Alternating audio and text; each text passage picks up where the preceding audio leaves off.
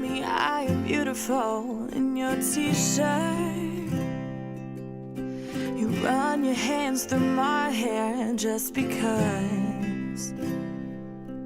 And it don't even matter if my jeans are torn and tattered. You make me feel, oh, I'm draped in gold. Hi, my name is Adela Gallegos, and on campus I'm a member of the Bill Service Organization.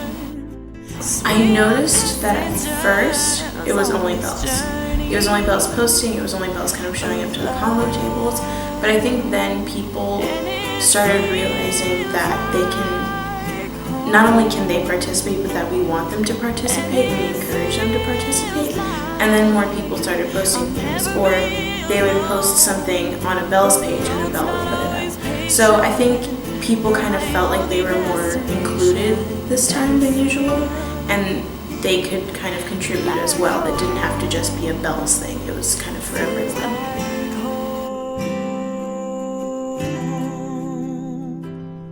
It feels like home.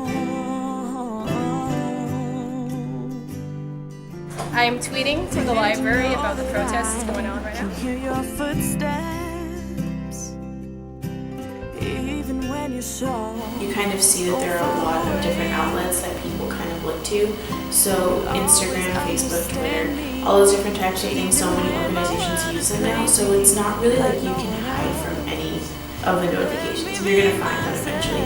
And especially because domestic violence is an issue that no one ever talks about, and it's a lot more prevalent than we think, the use of social media is really, really important because it reaches such a large audience. If you don't have a Facebook, you're kind of behind as far as raising awareness for domestic violence. I would say that it's pretty effective. Anyone can be a victim or survivor of domestic violence. It does not matter where you're from, if you grew up with two parents or in foster care, it does not matter your age, your sexuality, even your gender. Anyone can be a victim or survivor of dating violence. And in addition, anybody can be an abuser. There's no way of looking at someone and being able to tell that someone's going to be abusive. No one has a little name tag like, "Hi, I'm an abuser, nice to meet you." No one's ever going to come up to you and say, "Hey, you're so cute, let me get your number, I'm going to punch you in the face in 3 months." That's not going to happen. The Ray Rice controversy, it was all over my Facebook page. Unfortunately, over the past several weeks, we have seen all too much of the NFL doing wrong. That starts with me.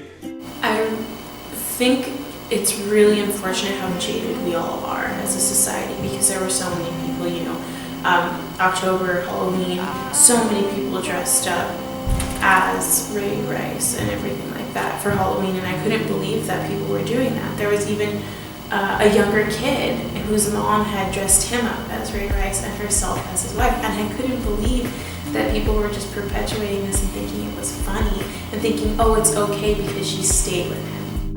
I remember looking on BuzzFeed. BuzzFeed is my favorite. I'm addicted to it. I will check it multiple times a day. But I remember seeing it, and I remember thinking, please don't tell me this is part of the 30 Halloween costumes to wear or anything like that article that were coming out. But it wasn't. It was so many people who were up in arms about this, so many people who were angry and outraged. How could you disrespect her, him? How could you disrespect domestic violence in general? Everyone was so outraged, and I was too. I couldn't believe that people were doing that. But then you saw other places where on Facebook people were laughing at it and thinking it was the best thing, or Instagram where people were making memes out of it. So there's a huge array of, reactions to it. There's no one solid reaction, unfortunately. You'd hope that as a society we'd see something like that and just frown upon it, but we don't. Just making people more aware. We are just a generation that lives on our phones and lives on our laptops, lives on emails. So if we can simply just see a picture of something, or instead of it being a whole paragraph, we get to see a quick video that's 15 seconds, it just reaches so many more that much faster and so much more effectively. I also see other steps in the right direction as far as raising awareness and other people feeling brave enough, a lot braver to come forward and, tell their story. I never think it's a lost cause, and it's almost like I never want to think it's a lost cause. I almost refuse to think it's a lost cause because it's just something that's so crucial. It's basic human rights, it's respecting one another. But I do think that social media, it has its good days and its bad days almost. You know, there are those days when you're going for it, you're just like, yes, this is going to turn it around. You know, like I talked about those BuzzFeed articles that were about domestic violence victims. I've never seen anything like that. Huffington Post putting things out, different brands doing different runs for it.